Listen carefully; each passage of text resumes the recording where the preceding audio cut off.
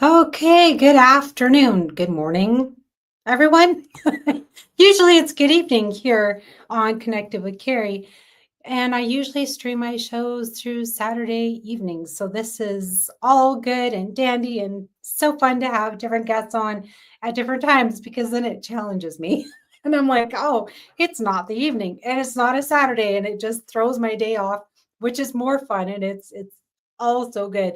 So okay, I have to say this morning, because it's morning here over in Calgary, Alberta. My guest, though, is in Ontario. So it's actually technically the afternoon for her. So what do we do, right? We'll just say thank you for joining us here. Hope you guys have a fun time with our interview this morning, afternoon. If you have any questions, throw them in. I'm sure you guys saw the post that was up already. We are streaming live through the Underground Radio, see Facebook page, LinkedIn. So hi, my LinkedIn folks. You guys get your own special show every single time. So that's fun. So my guest, she posted up. She's more of my LinkedIn kind of people over there. So if you're a friend of hers on LinkedIn and you're connected with her, you're going to be able to see this and be able to comment and share it up for her, because that would be amazing. And also this show is now being streamed live through my YouTube channel, Underground Radio C. So if you can, please subscribe over there, subscribe and follow me on all the things. That would be wonderful as well. Same with my guests as they come on. As you may notice, if you do go over to my YouTube channel, no, I do not have a lot of shows up there yet, only because I have about 5.5 years of content that I've been humming and hawing over what I actually wanted to stick on there. I've had many shows come through my Connected with Cari. This is season 10, as most of you may know. And this has been weekly for, like I said, like 5.5 years. Also, I've had other shows, Culture Connection on Tuesday nights with another host. That was for a couple years. And then I have the Shift Happens podcast, which is every other week. And then I have a Channeling Connection, which is once a month. So I'm really never, ever sure what to stick up there. So finally, I was like, you know what? Through the time, I'm just going to kind of choose some of the bigger guests that I've had on. And then meanwhile, as I'm doing my streaming with my shows that are actually happening now, like live, those will be shown through like the live section. So my uploaded ones are past ones, and then my live ones will be the ones that are doing now. Only because I found, as most of you may know that are doing live shows, Facebook is now deleting them after 30 days. So it's really hard to be able to go back. And I've literally downloaded all my shows for the past 5 years. However, I haven't been uploading them back on because it's just so much work. So if there's a show that was 30 days ago, you may not see it on my Facebook, but I'm going to have those kind of over on YouTube. So it's a transition, it's a change. There's a lot been going on. So forgive me for not posting regularly on YouTube because it's a newer platform for me. And again, I'm just getting sort of used to it and still deciding what to stick up there. Like it's interesting. As they say, it's not a bad problem to have when you have way too much content, but it's just literally the time to get it all up there. It's so much time. But without further ado, first of all, sit back, relax, grab your coffee, have your lunch, whatever you're doing right now, and just enjoy. If you have any questions during the show, please feel free to comment and we'll get those into, the conversation as it flows.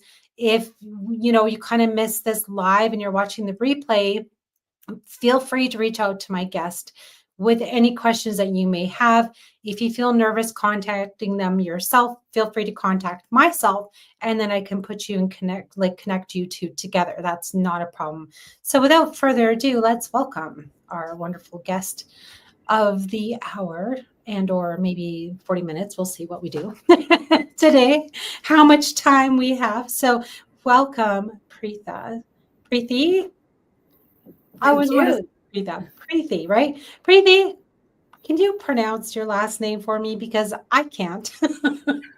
Yeah, so I'm Preethi Balasubramanian, and originally from India, and that's why the last name.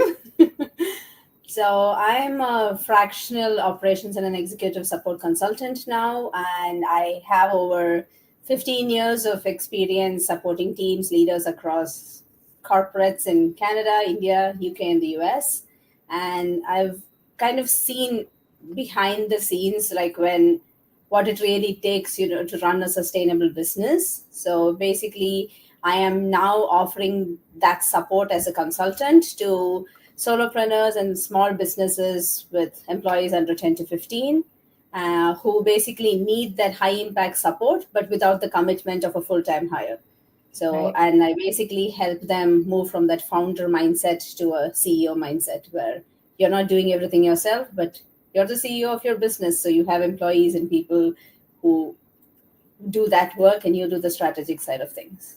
Right. Because as we get through our businesses, I'm finding now that, again, with the little time that I have, and I'm like, oh, I need to almost hire somebody to be doing a lot of my back end work that I'm Mm. doing. And I've been also slowly transitioning over using a little bit of AI that I can and doing some automated, emails or whatnot. So that's been helping. But as we sort of transition through things, it is nice to have also a human who's been on that side of things to help us through the situation. Because again, I mean, you could chat GPT things and ask questions or whatever, but sometimes it's not relatable.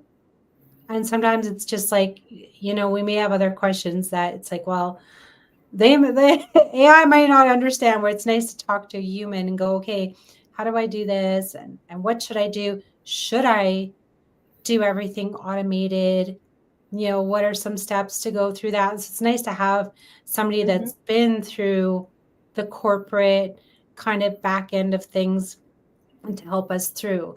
So, can you take us through some examples of how you've helped a few businesses transition over and go from like a smaller to a bigger company? And I'm going to also put you kind of on a solo screen as well so we can see Mhm. your beautiful face. Okay, go ahead. Take it away. Okay, so basically, like I said, so the operations and executive support is consulting is what I do, and so I've had clients current and in the past who have been many of them being like coaches, solo entrepreneurs, and in one or two cases like companies with under 10 to 15 people. So in one case, basically he was more of a coach, a trainer, but then when he had to like scale up and do things, so until that point he was doing everything himself, and then when he had to like start bringing in subcontractors or start bringing in other people because his business had grown to the level where he couldn't do it all himself. So that's when he wanted like to have put systems in place, needed that support. So basically where I came in was I came in, set up the CRM system.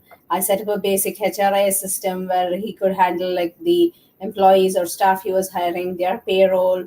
So identified the systems that were needed, put them in place, did the initial like onboarding onto those systems, and also helped with a lot of the client engagement, client interactions, communications, scheduling. So basically handle all the backend, the entire backend operations from onboarding of a client all the way through their sessions, their coaching sessions, their mentoring sessions, all the way through till they finish the whole thing. And in some cases, it was like as long as 6 months to a year with different sessions in place. So helped through the whole backend cycle. So basically, he could be out there doing what he does best and basically shine doing what they are good at while I handle the back end for him. And that was one. And for another current client of mine, she sees me more like a strategic partner than basically somebody who's doing operations, because sometimes she would also tell me, okay, so this is my business and this is where what I'm doing. How do I increase my market reach, or how do I increase my audience? And sometimes from understanding her business, I would tell her, oh, maybe you should do this kind of post, or maybe this is you should be more on LinkedIn than on Facebook, because that's where your prospective clients are. So basically we sometimes even have some of these brainstorming discussions, and then from there I would also then help with setting up things or help with the actual social media post or actually writing a newsletter or an article. So I kind of do that also. So I think it's a mix of, sometimes it's more coaching, sometimes it's more hands on. So it depends from client to client and what their needs are. Yeah, that's good because, like I said, sometimes it's just so much for one person to go, I don't know where even to start. And then I think once you get into the flow of things, then you sort of realize, oh, okay, well, yeah, I can handle maybe the social media side, but I need help with the emails and the newsletters that go out because again, that can just be overwhelming for someone to even think of that. Like I'm not even at a point of a newsletter yet. However, I've been debating it. What should I do on that? What would be fun to put out? All that stuff. But I'm like, again, it's that time to even sit down and throw something together and then get it out there. So having someone on the back end of it could be even good, even if that back end means, like I said, we're more integrating the AI stuff, which is great. But even your back end person like yourself could even run that and go, okay, Mm-hmm. yeah, I'll get that implemented for you and get it out there. But just to even go reread things and look it all over, because again, computers aren't perfect either. Just like us, we make mistakes. So if there's kind of two eyes sort of looking at it, then it's like, okay, this will be a little And bit easier to throw out there, right? yeah, and with AI, I also feel yes, you can use AI for a lot of things and support, but then I see AI as more like a task doer. You ask it for something, or you tell it to do something, and it would do it. But then doing things like preemptively, or like, oh, assuming that this is what's going to happen, and need this kind of support or help for, or like strategic direction, I think you need a human there. The AI won't be able to do that for you. Yeah, absolutely. So what are some things that you found, through this type of work that were even struggles for you? Like what did you, and also like what did you learn? Like what was the biggest thing you learned through doing this as well? I think for me, struggle, I would say, like even now, is more like the marketing side of things, or basically because like for this kind of a service, I feel like it's more the personal touch. You need to know the person you're trying to hire, or you need to know the person who's offering the service. So Yeah. making those connections, networking, like because it's more of a partnership, right? And especially when you're supporting somebody remotely, like they need to have that trust in you and be able to see that, okay, this person has integrity, this person is trustworthy, and I can give them access to, say, my inbox or like my financials, because they have to trust me enough to let go and let me see all that information. Yeah. So building that rapport or that trust, and more so from a remote standpoint, I think that's where I face a challenge. And I think the more I feel, the more I network, the more I talk to people. And in fact, like all my current clients have all come through referrals. So somebody who knew me personally, and somebody who's or worked with me in the past, and they can vouch for me and then say, oh, okay, you're looking for some help like this, go talk to Preethi. So I think it's those relationships, building those connections, that's been very important in what I do. Yeah. How do you convince a workplace that, they're never big enough to ask for help? Like some people have like a huge ego and they're like, no, no, no, I can do it all myself. But, how do you approach someone and say, hey, maybe you need some help? Or is it mostly them coming to you going, yeah, I really actually need some I help? think Like, it's a mix of both. So because like with people I talk to, like the solopreneurs especially, I feel like one, they have this myth that they should do it all themselves, yeah. and like you said, and then some people, like they are scared to let go because they don't know if the other person would do it or will they do it well. And another one's more the perfection people, so they're like, oh, if I give it to somebody else, they won't do it as perfectly as me. and Hmm. and there is this other segment who basically just know they are overwhelmed and they have too much to do, but then they really don't even know what to let go or which part they should give somebody or what kind of help they should be looking for. So I think in many cases it's more of, so even like when I have a clarity call with a prospective client or somebody, like I basically start with asking them like, what is your business, what do you do, and like what are areas you enjoy doing, what areas do you not like doing, because those are the areas then I can say, okay, so this, if this is something you don't like doing and this is taking up so much of your time, Yeah. then maybe you should give it to somebody else. So it's like identifying those areas is one.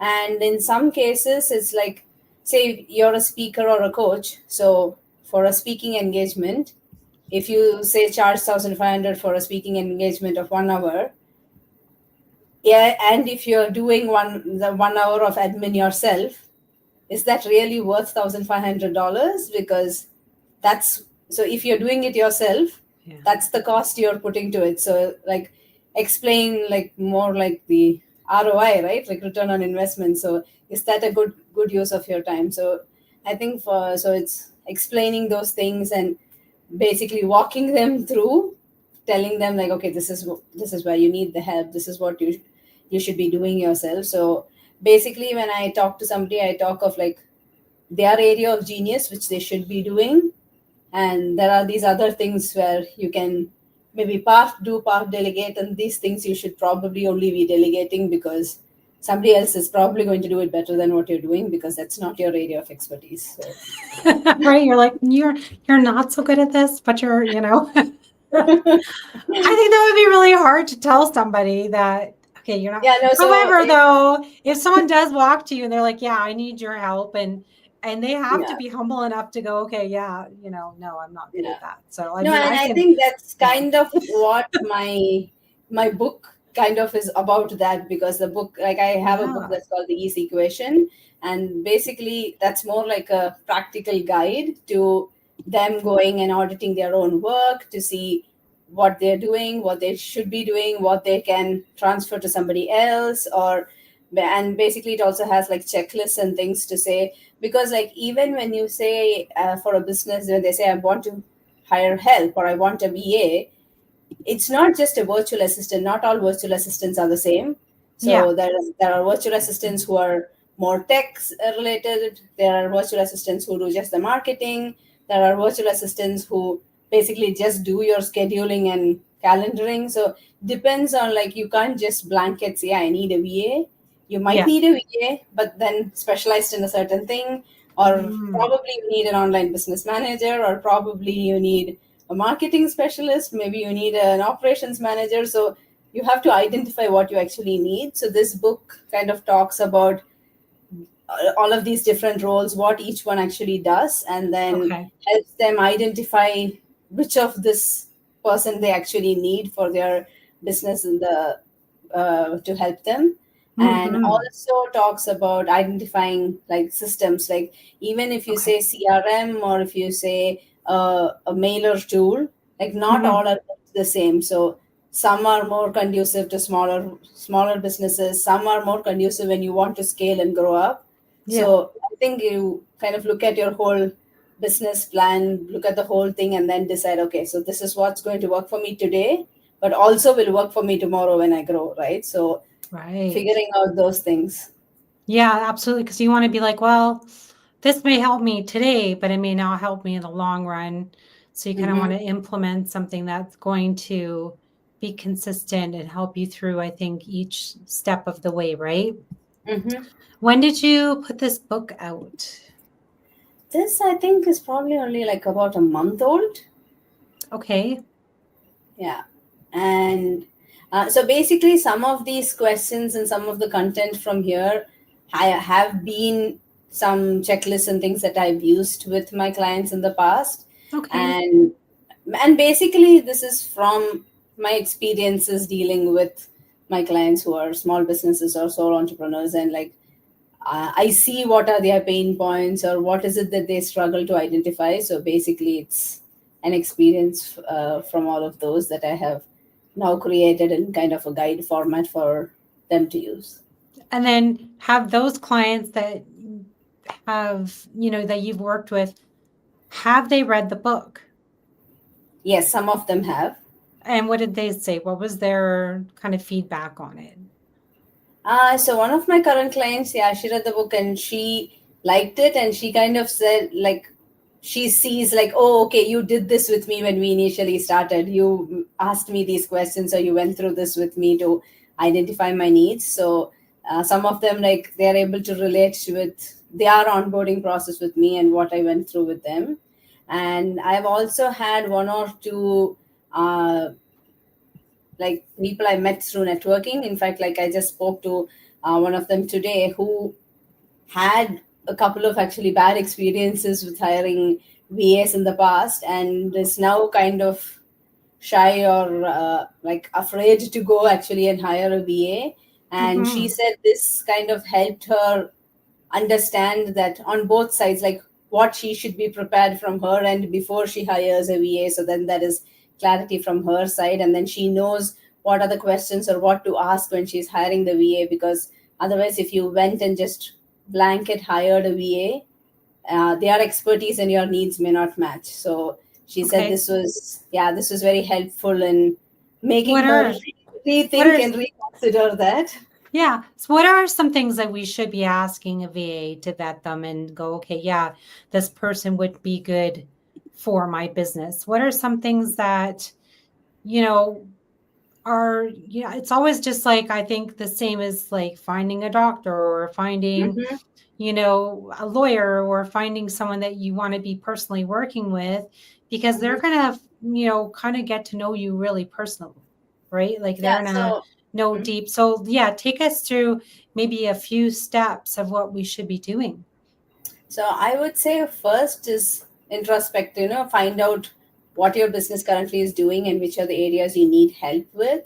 And then based on that, you decide to hire a VA or a operations person or a marketing person. So one is to identify your needs so you know clearly what you're looking for, and then you can ask the person you're interviewing or having a discovery call with to say, okay, I need help with this particular kind of marketing, or I need help with a LinkedIn newsletter. So is that an area of expertise they have? So try to match your needs with their expertise is one. And another one I would say is also in terms of determining a remote VA, like remote as in you should consider like, is that particular task or is the role okay if the person does it from anywhere in the world, or Yeah. would you want them to be at least having partly or some overlap with your own time zone? Because remote is still remote, but then it still depends, right? Like if it's just certain tasks that you're assigning and you don't mind when they finish it and give it back to you, then anywhere in the world is fine. But then, like for one of my clients who's a coach, I also attend the coaching sessions she does, or her training programs that she does online, handle her Okay. breakout rooms, handle comms and everything while she is presenting, handle the chat, all of that. So if you want somebody to do that kind of help, that person should be in the same time zone as you. So determine like, is your need more urgent, more time specific, then go for somebody who is in the same time zone. Okay. Otherwise, like maybe go on Fire or Upwork and try and find somebody anywhere in the world. So you decide which time zone the person should be in, what qualifications or skill the person should have, and also like even the communication or language thing. So if it's more content creation, social media, or like newsletter, then you have to be certain that their command over the language is good, and then also like Yeah. explain to them like your style of communication, your voice, because when they are writing basically as you, it should sound like you, it shouldn't sound Yeah. like somebody else. So certain things, like I think it's like That finding makes that, sense. yeah, finding that match, finding that partnership is important. And one other thing I would say also is both ways. So as a remote support, if I work with a client, I look at them the same way I would when I worked with a CEO in a corporate office. So treat them the same way, like, okay, this Oh, person yeah. is a leader, is an executive kind of thing. And likewise, I would like that person to also treat me like a partner, like a person like they would hire and in their office.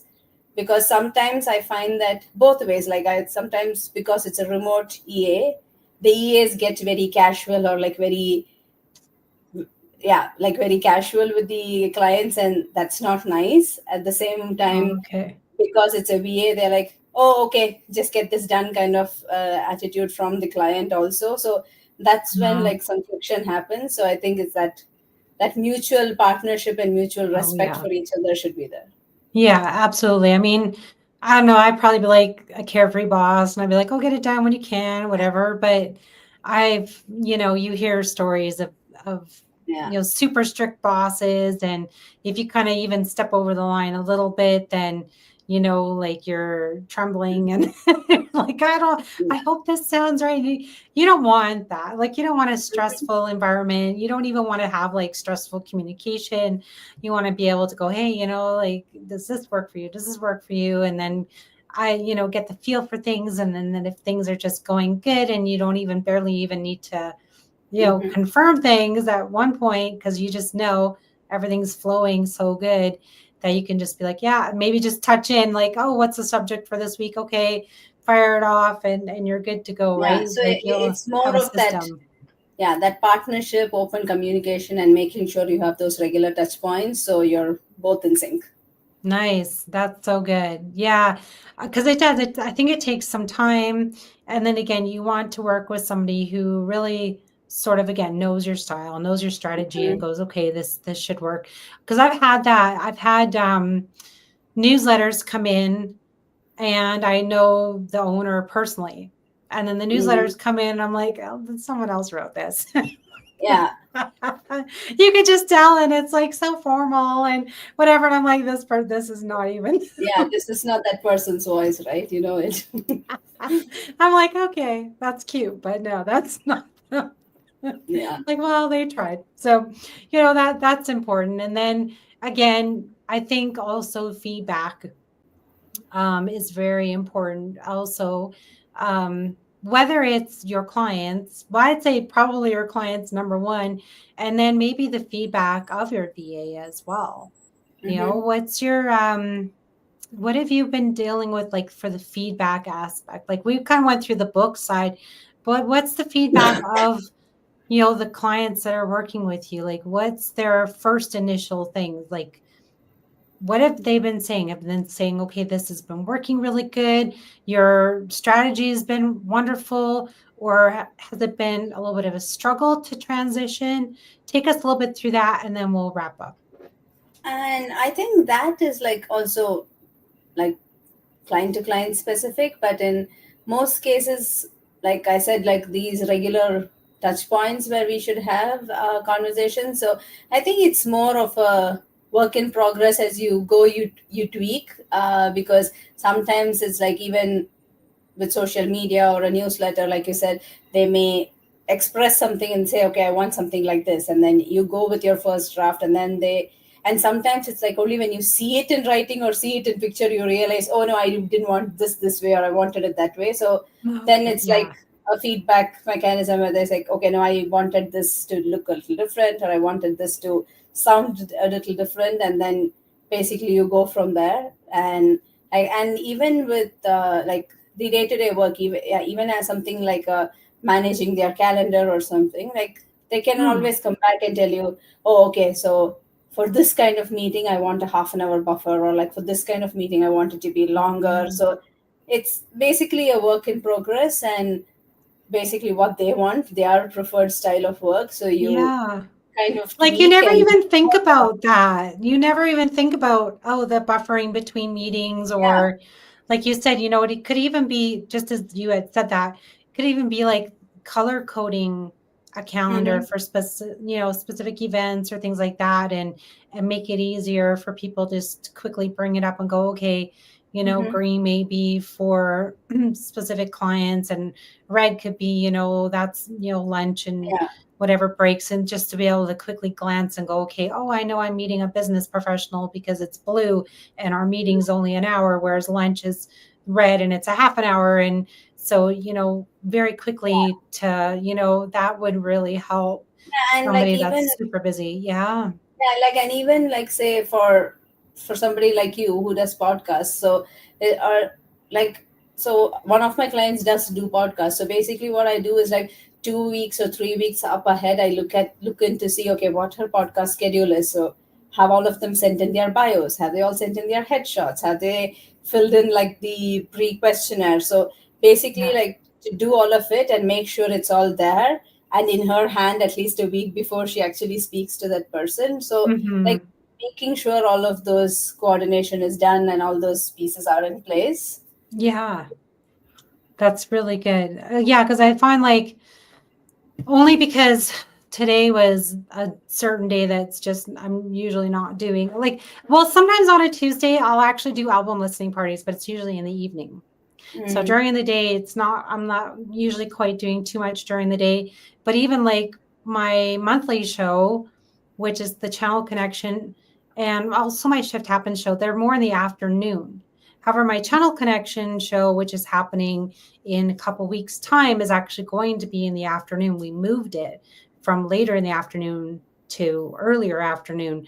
So it's one of those things where it's like, okay, yeah, make sure you have everything in place because it's all different and then you know what's going on. So with those, I have like co-hosts and we kind of email back and forth and keep communication going, whatever. So yeah, because for you, I didn't actually ask you to send anything in early or do this or that because I was like, well, I usually I do have a Saturday night show. So I was like, I can't start even promo until Sunday, Monday.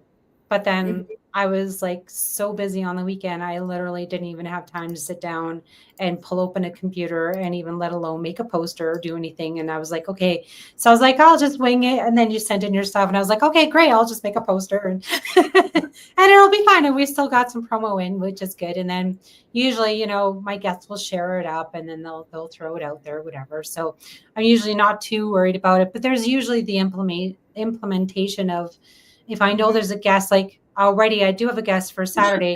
I had contacted them yesterday and said, Mhm. hey, are we still good for this Saturday?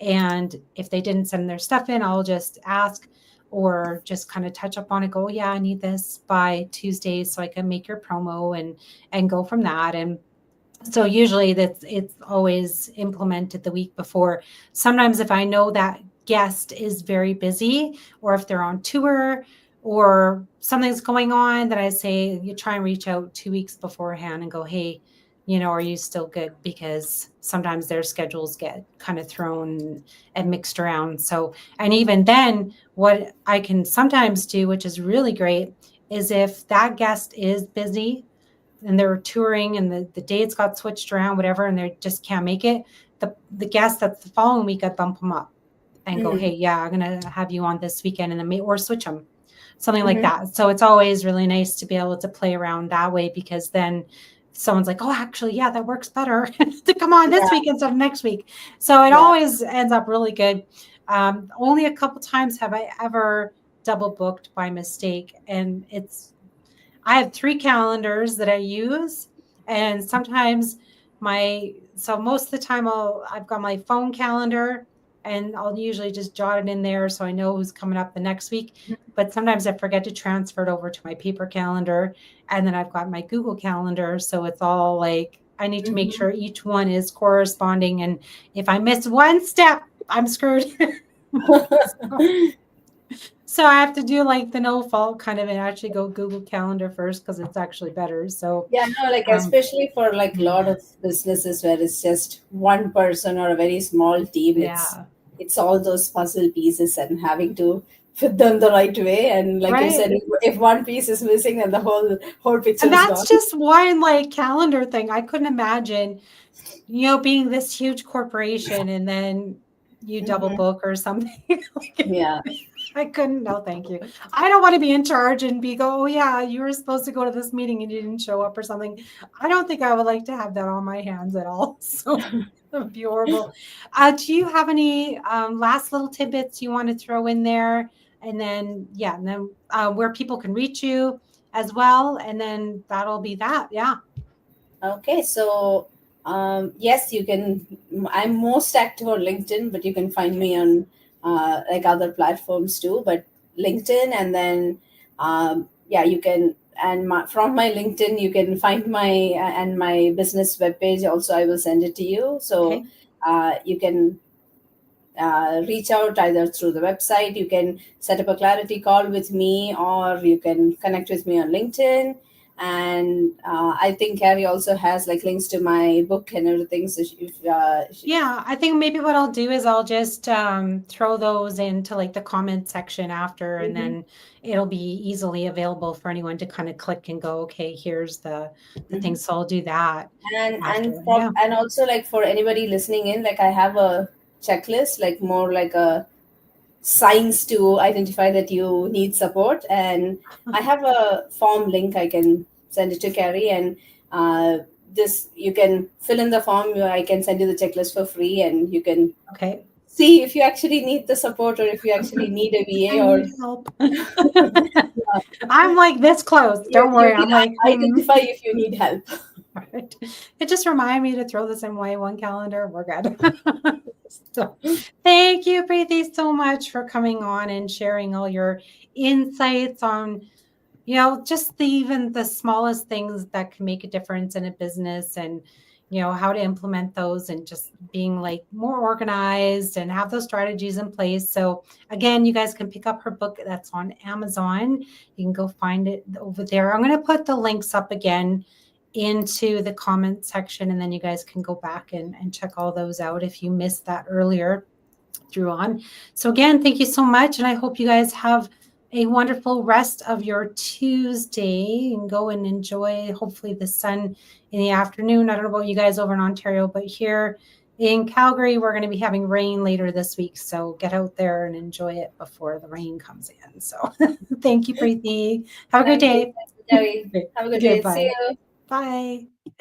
There we have again another Connected with Cari show here in the books. We are going to be running Connected with Cari season 10 until the end of July, and then season 11 will start. I'm debating because I've guessed that do want to book in August, and then I'm just deciding if I want to take a couple, weeks off in August. So we'll kind of see. So season 11 may begin August or September for sure, but I'll keep you guys posted on that. As you guys know, Shift Happens show, we are done season 4. Season 5 also begins in July, so make sure you guys stick around for that. You'll see the posts up. That's with Dina and myself. Dina is the owner of Life Changes and Divorce Magazine Canada. And then with Linda Nardelli and myself, we have the channel connection, which I also mentioned earlier. That will be happening on Tuesday, June 24th. I believe, or it's the 24th. So that is actually next week happening, and that will be at an earlier time. Make sure you guys check the socials for that. It is not going to be at 4:30 p.m. Mountain Standard Time. It will be at 1:30 Mountain Standard Time for the afternoon crowd to be able to come in and enjoy it during their lunchtime. So we hope that you guys enjoy that show. And with that, if you guys do want to come on the show, please contact myself. Reach out on any of my socials. You can reach me there. Send out an email to radioc.contact@gmail.com. Over there on my bio, I believe in my LinkedIn, also on my socials, there's a free call booking, like a link there. So you can go ahead and you can book a call with me, and then you can chat and see if you guys make a fit for coming on to the radio. And then we can decide, sometimes it could be a Saturday night, sometimes it's usually a Tuesday afternoon or evening. So just, contact me, we'll chat. And with that, I hope you guys have a great rest of your Tuesday. Stay connected.